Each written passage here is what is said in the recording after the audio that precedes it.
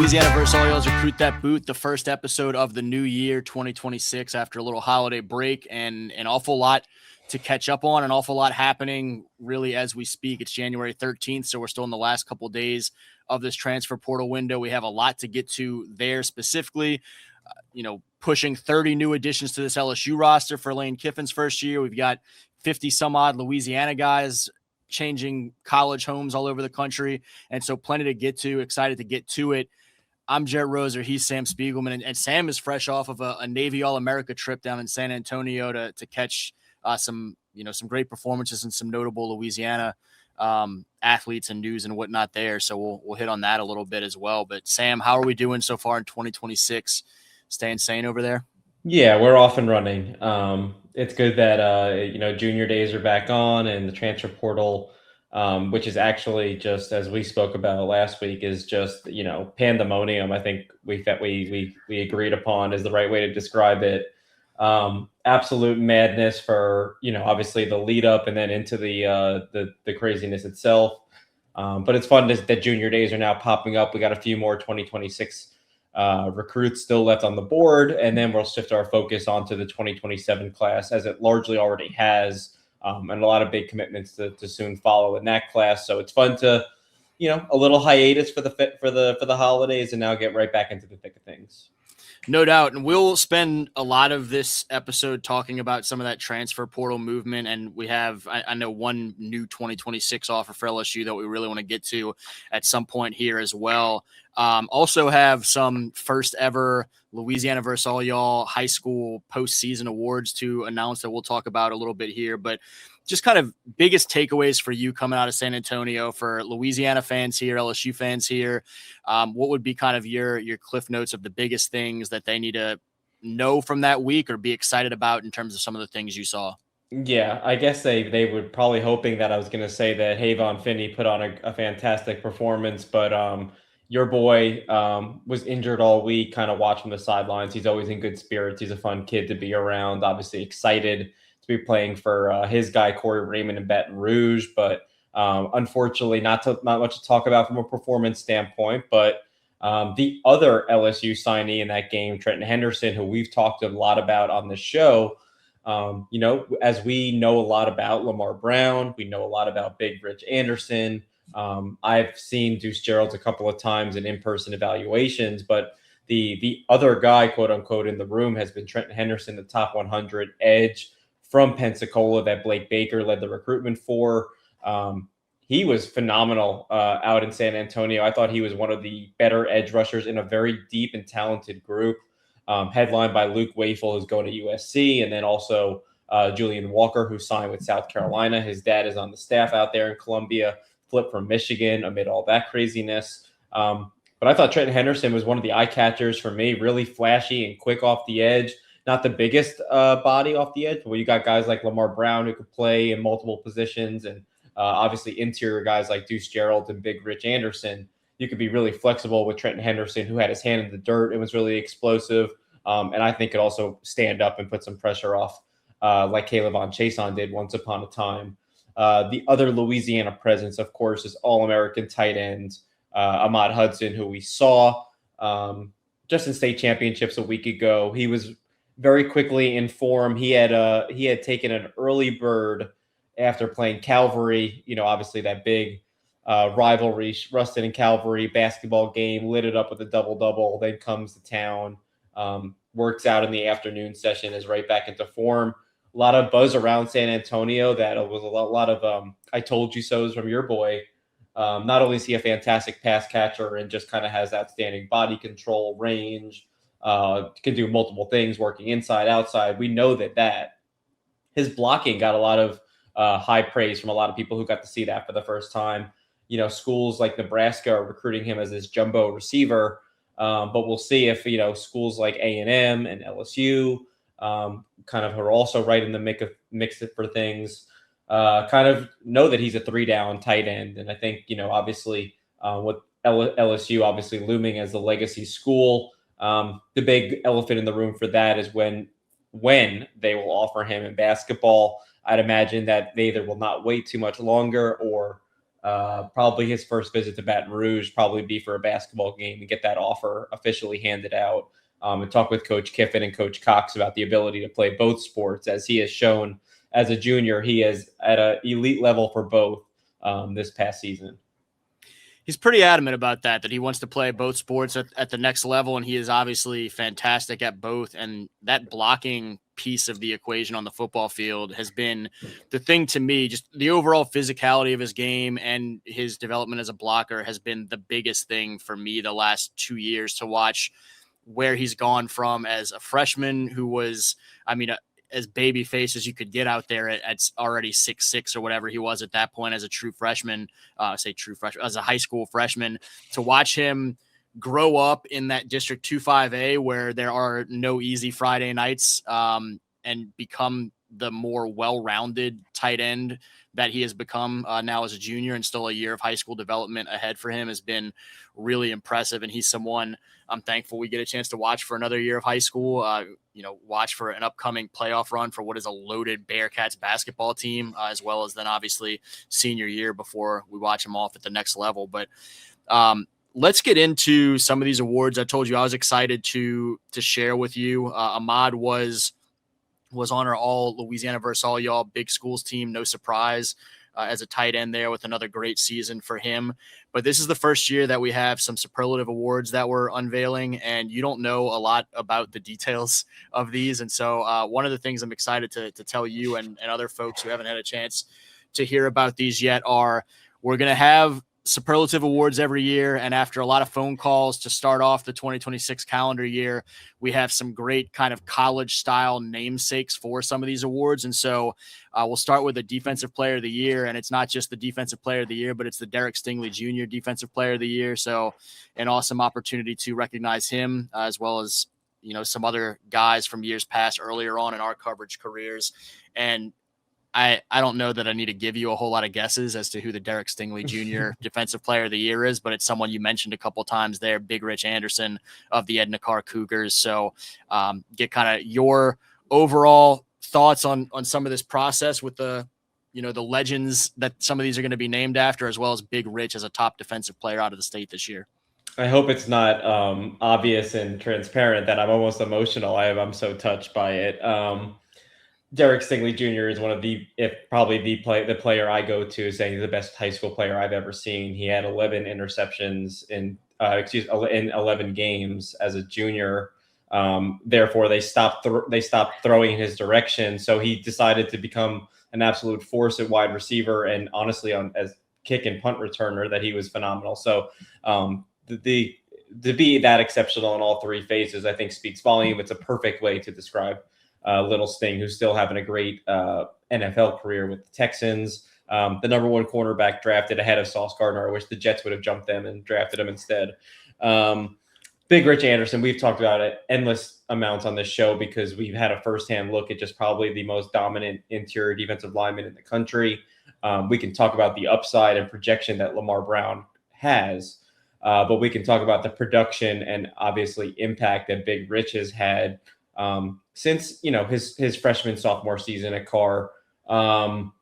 He is not only large in stature, but commands not only two, but largely three blockers, opening up alleys for his teammates who never miss an opportunity to capitalize on the attention that Big Rich commands. He is also incredibly athletic and agile for a man who is 320 plus pounds. He has cat-like quickness. He is able to penetrate. He's able to not only defend the run, but generate an interior pass rush at a really high clip. And if you leave him with one or maybe even two offensive linemen at his will, he is going to destroy them and eat them alive, as we saw against Alexandria, which was absolutely filthy leading into their state championship appearance last year. And he made mincemeat of their offensive line and JT Lindsay in his final high school game. And the fact that everyone pays attention and is aware of him, and he is still this productive and, finds a way to force an interception in the state championship game. So excited to see what the future holds for Rich, who I think might go down as the best player to ever come from Edna Carr, which I have been saying about Aaron Anderson, who obviously is declared for the NFL draft and will be playing on Sundays before too long. That's part of what his award story is about, is a conversation that I think both of us have had with Rich through the years of Bryce. When Big Rich was big baby faced freshman in his own right, and you saw some of the potential there, but needed that kind of push to realize how high his ceiling could be. Coach Bryce Brown challenging him that he could be as good as any defensive lineman to ever come out of that program, as any player to come out of that program, but that he had work to do to get there, and how much Rich took that to heart and let that fuel his continued development. And so now you've got a guy that is 6'3", 360, and is about as sideline to sideline as I think we've ever seen a defensive tackle since we've been doing this. And so to have the type of defensive athlete that Stingley be kind of the namesake of an award, and have Big Rich be the first guy that gets to be honored with it, I think is a really nice fit for him. And that's kind of a theme with a lot of these different awards, because we have the Offensive Player of the Award is the Leonard Fournette III Offensive Player of the Year award, and it goes to junior Dunham quarterback Elijah Haven, who fittingly, and I didn't even realize this until I was talking to Elijah's coach, Neil Weiner, Elijah was just the second ever junior to win the Gatorade Player of the Year award after Leonard Fournette. And so now the first year that we have this Leonard Fournette award, Elijah is also the winner of that. And so a lot of interesting similarities there. But real quickly, Elijah this year with a Louisiana record for passing touchdowns and total touchdowns. He is already the career leader in total touchdowns in Louisiana history, with another year of high school ahead of him. His junior year stats, 240 for 331 passing for 3,929 yards, 62 touchdowns to just 7 interceptions, rushed for another 847 yards and 11 scores on 127 carries. And so another guy that we've talked about a ton on here, and have really looked forward to watching his continued development. And man, what a step it appears that he took this year to help be such a motor for that first Dunham State Championship since 2004. I know that Arch was a finalist for the Gatorade Player of the Year award. I thought Lindsey Scott might have also won it, so that would be worth looking up. But definitely Leonard and Elijah. I think another perfect first-year ambassador of the award. You talk about dominance on the field, and we saw glimpses as an underclassman because Elijah has been playing for 2 years of building up some of this really impressive stats and flashing this immense skill set in the process, leading Dunham to the state title game a year ago. And even though we talked about coming up just short and for a whole year, I mean, he could not have answered the bell in a bigger way as a junior. Absolutely dominant on Friday nights leading into a state championship game, where he was, for a second straight year, produced almost 500 yards of offense.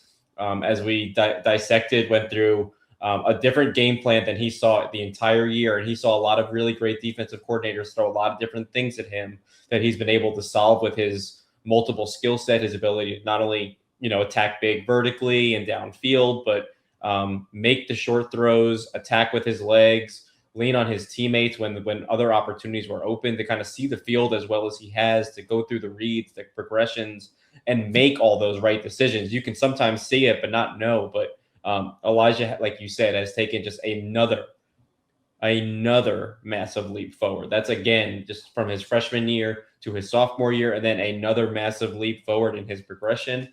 That's what you want to see from these elite quarterbacks with these tremendous skill sets, is to continue to get better and improve upon their shortcomings and expand their horizons. And Elijah, what we saw in the state championship game against just an incredible defense all year in Calvary, second Calvary mention of the podcast episode so far, just absolutely goes to show you the way his game has transformed. And every record in the book is going to belong to Elijah Haven when it's all said and done. I'm just stoked to see what he has in store for us as a senior, because the way it's heading, he is on a higher trajectory than any quarterback that we can really remember seeing in recent years, including Arch and Eli Holstein. And he's in a fantastic quarterback class with Pop Houston and Malachi Ziegler. But who is to say that Elijah Haven isn't in the mix for this award this time next year again? And it remains a dynamic that you and I talk so much about, kind of, I think some on the camera, but certainly a lot off the camera, the dynamic of having Pop Houston, Elijah Haven, and Malachi Ziegler trio leading what I think is a really good 27 quarterback class overall coming out of Louisiana. Early on for these guys, I mentioned that 23 class drew all of those headlines with the quarterbacks, and I didn't know that this 27 class wasn't on pace to be even better. And man, they have lived up and answered that bell to this point. And obviously we get a chance to watch all those guys another year of high school, and it's going to be a lot of fun. I did check through the Louisiana Gatorade Players of the Year at the beginning of this. And, guys that you mentioned like Lindsey, like Arch, were winners at one point, but won their senior year. Leonard's the only junior and two-time winner. And so Elijah Haven has that opportunity now. He's the first junior, has a chance to potentially repeat for only the second time in the state's history. Next major award for Louisiana versus all y'all, the Charlie Brown Coach of the Year, a guy that was certainly before our time in terms of his professional, career leading the Neville Tigers years ago in the 90s, but someone that I think really was important to me early in my career as the former coach at Neville back when Mickey McCarty was leading the Tigers. I had a chance to spend a ton of time with the late, great Charlie Brown on the sideline during practice, and always enjoyed seeing him. And so I had a chance to talk to his son, Bob, last week, had a chance to talk to Coach Mickey McCarty and kind of get both of their blessings. And he is the namesake for the Coach of the Year, and a fitting winner here as well, as Coach Benji Lewis from the Ouachita Parish Lions is the Coach of the Year, a guy that Coach Mickey hired to be an assistant at Neville when I was up there and having all those conversations with Coach Charlie Brown. And so I know that the Brown family is excited for Benji and everything that he's had a chance to do for those Lions. A rival right there in Ouachita Parish. But what a year that Benji and those guys had to go win their first state championship since 1989 and overcome all the adversity of 4 straight losses and stick together and become better for it. I know you had a great time watching that crazy Division I non-select game to end it all and win that title. But thoughts on Benji Lewis as our first Coach of the Year? I really thought it was going to be one of these Catholic League coaches, so I'm super excited and delighted for a North Louisiana shout out. Coach, like you said, not only is it just the first state championship in 3 or 4 decades for the program, the road to getting to New Orleans and then overcoming Ruston. They play in a vaunted district, and they played a bunch of close games all season with the same sort of, it's not like they're the spread offensive team with a bunch of skilled players and athletes trying to go against the mold of that district. They're playing hard-nosed, tough football. They're running the rock, setting the pace in the trenches, and playing just outstanding defense. And they have some senior contributors on that team that just came through in the postseason, and then obviously in New Orleans against a Ruston team that would look bound to win another state championship at one point in that game. And the fight that team showed, you have to start at the top with Coach Benji, and obviously delivering in that sort of moment with that sort of squad. It's always great to see, and our collective hats off to Coach Benji on that. An award that is a little bit different for us. We're going to have a 2-way Player of the Year award every year, and it's going to be named after one Tre'Davious White, who I was really excited to finally get a chance to track down and confirm that he was on board for this. Was it after his playoff interception yesterday? Did he give you a call back? It was before the playoff game, and so I was really worried at how some of the timeline of this shook out, and was I going to be able to get a chance to get that confirmation from Trey. But fortunately, through a former teammate of his, was able to kind of track it down and make this happen. And our first Tre'Davious White 2-way Player of the Year for Louisiana versus all y'all is Chance Babineau, who had 1,300 receiving yards, 15 touchdowns on 52 receptions, 51 tackles, 8 interceptions, 11 pass breakups, 3 defensive touchdowns. And to be a top, I don't remember his exact ranks in both receiving yards and interceptions, but both were among the elite totals this year around the state of Louisiana. And to do so at the 5A level, talking to his coach, Gavin Peters, about a guy that has played so much more on the offensive side of the ball, but they knew that they needed him more on defense. And so had that conversation at the beginning of the year, and essentially Chance took it and ran with it, said whatever they needed, he was happy to do. And coach said, just, if you need a breather, you let us know. And we're going to kind of take a little bit more of those breathers on the offensive side. and he ends up going out there with a 1,300 yard, 15 touchdown receiving year. Also played some quarterback, was really, involved in all three phases. And coach says if he had played full-time offense, he doesn't know what that number could have been at that point, but he was ready to do what he needed to do for that team. And so this was a tough award, obviously, some different kind of flavors of the finalist candidates. A guy that you mentioned before, Lamar Brown, was right there in this thing too. But for the high school award for a kid to have 1,300 receiving yards, 15 touchdowns, and 8 interceptions at the 5A level, Chance ends up being our first Tre'Davious White two-way player of the year.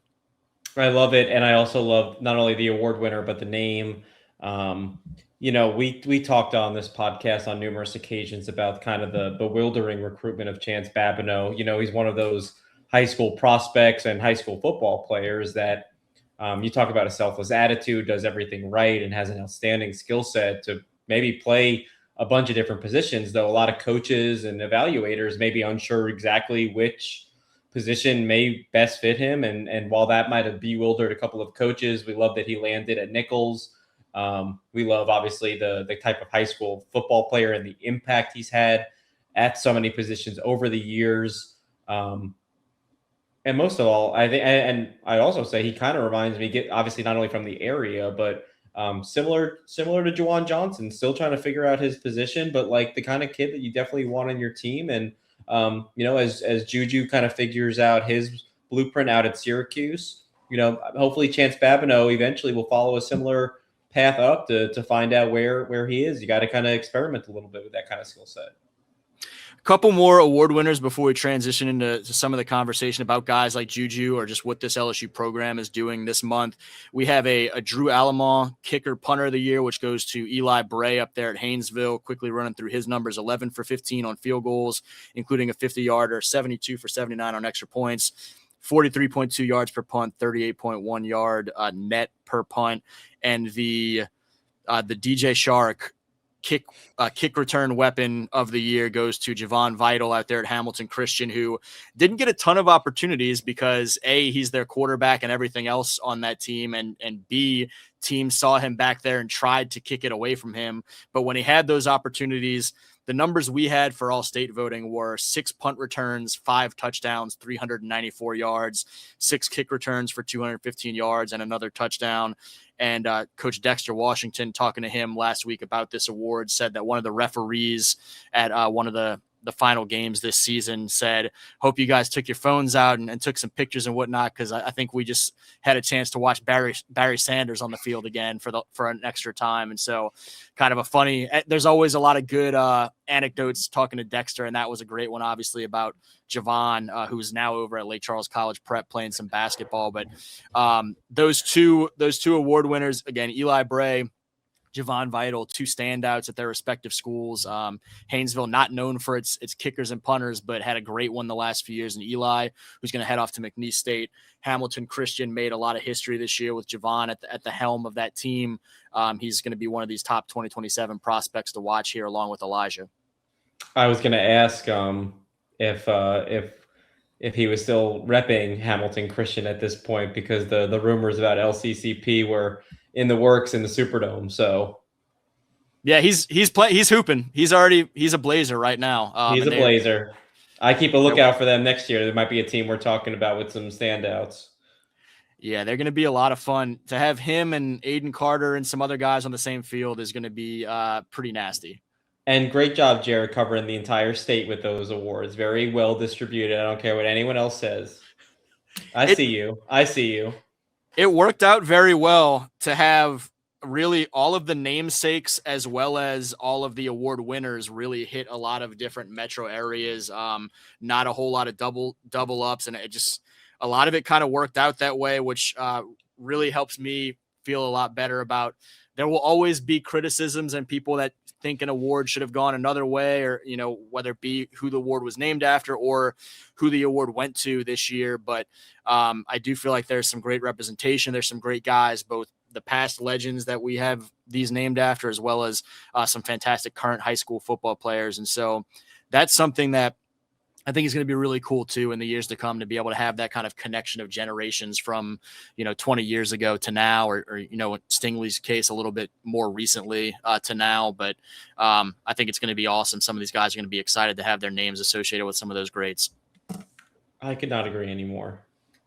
Let's get into the transfer portal stuff because it has been insanity. LSU, as of the time we're recording this, has 29 incoming players. I should have counted up where we are with the outgoing players, but there's a pretty notable, more than a third of the roster overhaul happening there in Baton Rouge with Lane Kiffin and company. There's 50 plus Louisiana standouts on the move. And let's start with the Tigers, who finally, as of Monday night, have Sam Leavitt, the Arizona State quarterback, to kind of headline all of this momentum. But when you look at just sort of the way that some of these things have pieced together for LSU through, now most of the portal window, how have you felt about what you've seen from Lane Kiffin and company, just kind of retooling that roster, particularly almost entirely offensively outside of Harlem Berry, Caden Durham, and Trey'Dez Green?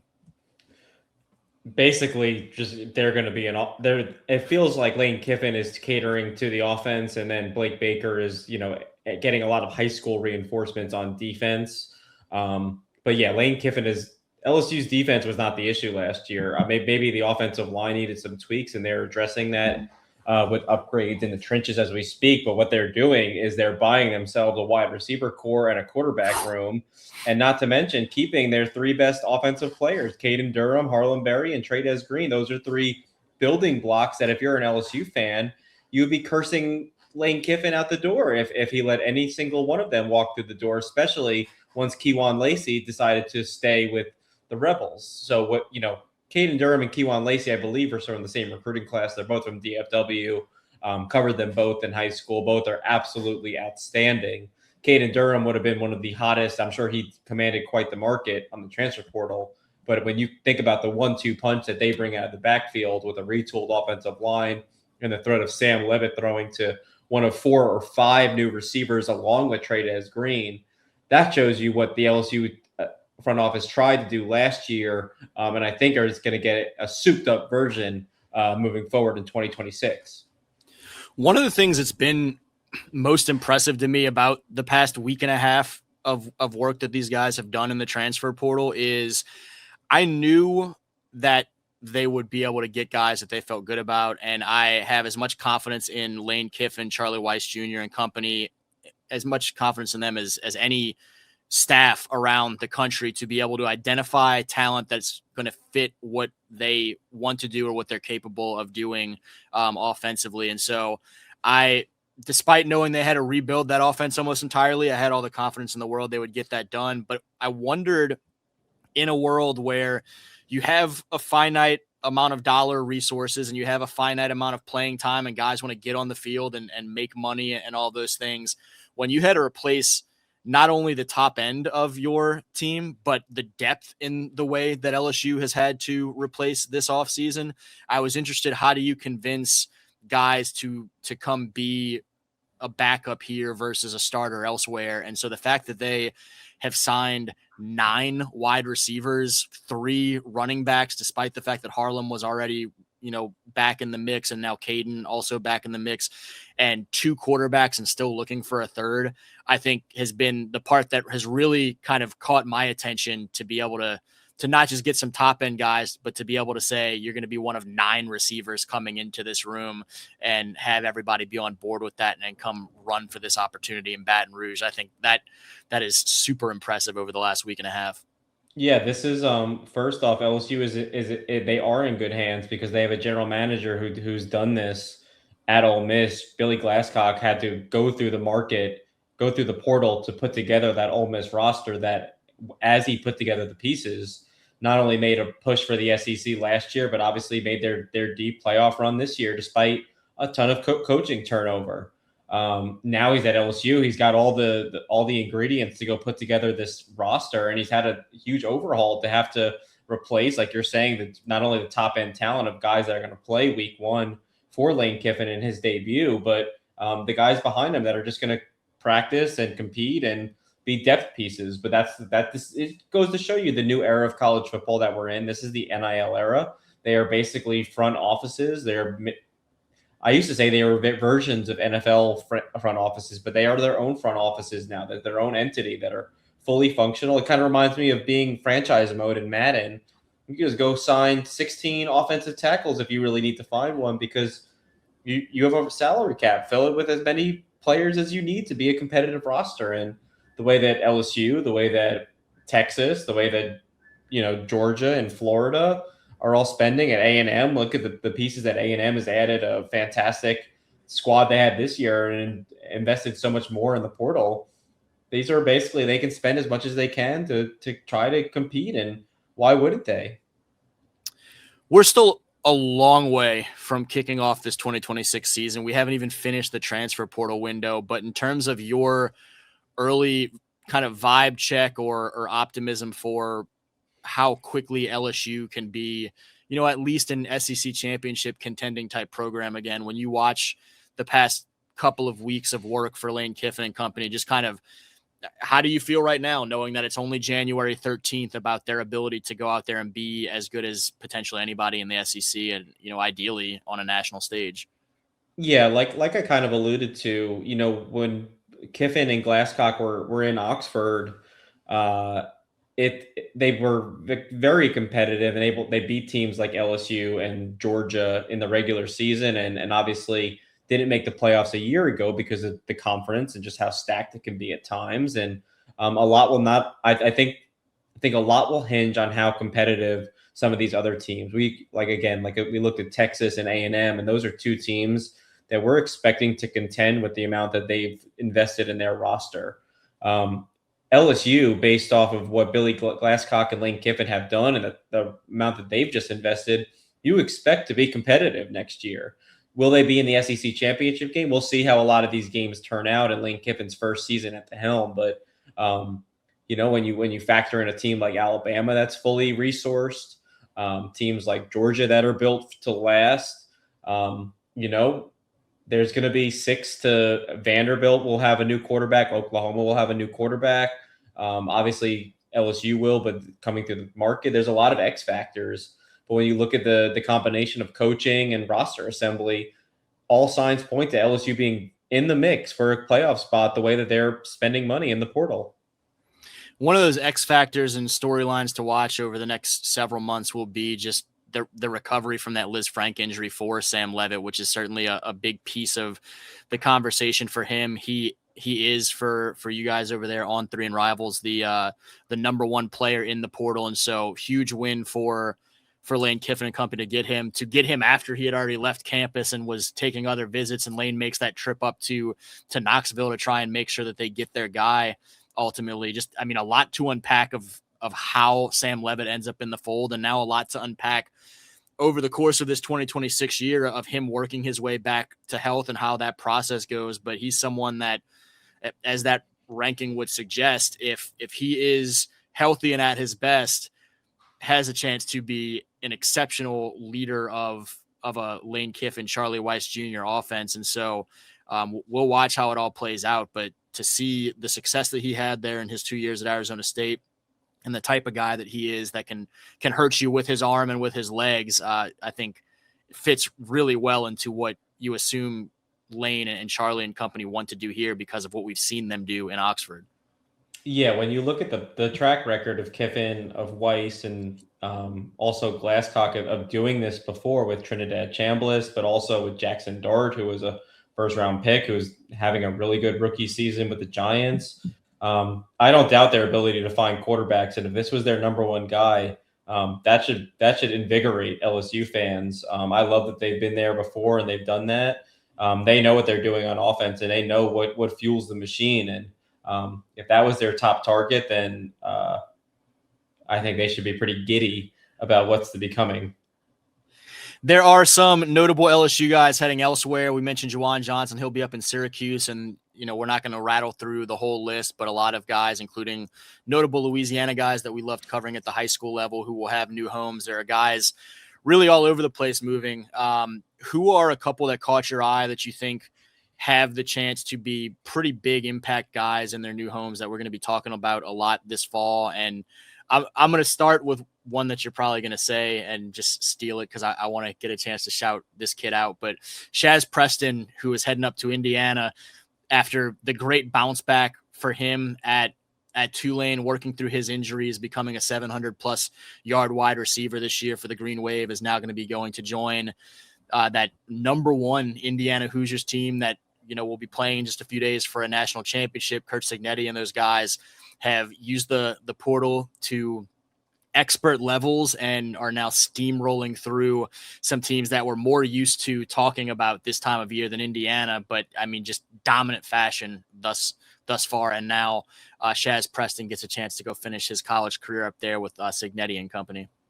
Well, that was exactly the one I was going to go with.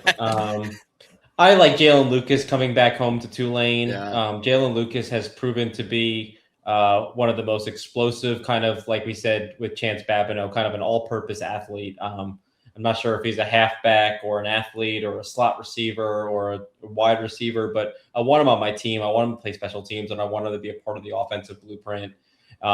He did, even though he was involved at Florida State, I think coming back to play for Coach Hall and what they're going to be doing uptown at Tulane, not only will he be close to home, I think he'll have a chance to sandwich his career. He's obviously started off red hot at Indiana 2 years ago, or three, a couple of years ago. I think he'll have a chance to end his career on a high note as well, being back home with the Green Wave.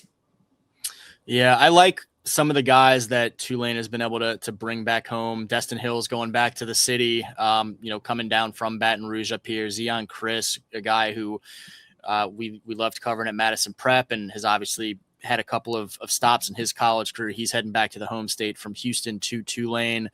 I think a lot of these LSU guys that are on the move are going to have an opportunity to really do well with fresh starts, like Tyree Adams heading to Texas A&M, Kylan Billiot heading up to James Madison.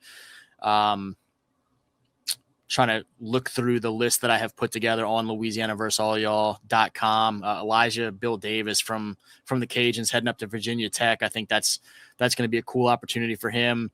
West Virginia is going to love Manchild, getting a chance to bring that guy up there. Who the entire Edna Carr Cougar team is in Morgantown. Yeah, Manchild heads up there with his former high school quarterback and John Johnson and one of John's senior year targets and Greg Wilfred. And so the list kind of goes on.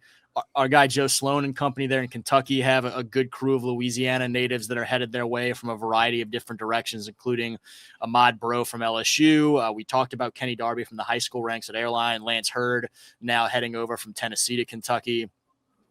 Joe Sloan specials, baby, in Lexington. Come on. Arkansas picking up a couple of guys we love, and Joker Johnson from Tulane, Jasper Parker from Michigan. And, JT Lindsay follows Frank Wilson to Ole Miss. Worth noting, certainly a guy that I think if things had gone differently to start his college career, we may have seen have some opportunities early on in purple and gold, but it just worked out in unfortunate circumstances. Now he'll get a fresh start. Omarion Miller is going to be great in the desert going out there to Arizona State. He was great for Colorado. Looking forward to his next steps. Zylan Perry up to Cincinnati. And I said I wasn't going to read all of them, but there are some great ones to watch. Mike Richard heading up to Michigan State after his career at Louisiana Tech. Thankful for his opportunity. Javion White is another one I definitely want to mention. Houston got a fantastic upside kid in the former Franklin Parish Star who had a breakout season for Tulane this year. And so members of that staff, including Coach Willie Fritz, who recruited Javion initially to Tulane, now get a chance to have him out there in H-Town. And we're still waiting for a few more guys to land homes. I'm keeping a running list on LouisianaVersusAllYall.com for folks that want to keep checking that out. It's pretty fast and furious though. So I'm just trying to keep up. I've used it as a resource a few times. You're doing a great job, and anyone else would be mindless not to use it as a resource. One more from your boy Traylon James, coming back to LSU, coming out of Madison Prep. Thought he was. I had him as a pretty highly ranked safety coming out. Obviously, he's one of the longer safeties, which it's harder for them to work out. But for him to now be back to be at LSU, I can remember him working out on campus thinking he looks the part of an LSU safety if he can, get there and all the steps he's taken. This is we talk a lot about the downside of the transfer portal, but it's also great for kids to, not everyone is ready to play in the SEC as a freshman. And, for Traylon to have that opportunity now play for the Tigers, I'm stoked to see what Coach Olson and Coach Baker have in store for him. Super cool for him. Super cool for Josh Jackson, the former St. Aug star, who has most recently been at McNeese. He comes home and is going to be a Tiger after all. We used to watch him in those camps on campus at LSU as well. And Jacoby Jones, big offensive lineman, former Manny State champion there, with Tylen Singleton, who's already in Baton Rouge, Tackett Curtis, who made the move from Wisconsin to Central Florida. And so, one of those Manny-made standouts from up there in Sabine Parish, Jacoby Jones, is back home in Louisiana and going to be wearing some purple and gold this year. And so that'll be really cool as well. I'm looking forward to it for those guys. We mentioned some of the Tulane guys, some guys headed back to Lafayette for opportunities. And so a lot to keep track of with familiar faces and new homes, but looking forward to what's in store for them this fall. If you're not Manny made, what are you? That's my question. I don't know, man. Again, he's Sam Spiegelman. I'm Jarrett Roser. There was an awful lot to get to. Hopefully we covered a lot of those bases today. This is Louisiana versus all y'all's Recruit That Boot. We'll be back at it throughout the rest of 2026. Appreciate y'all as always for tuning in. And until next time, y'all be well.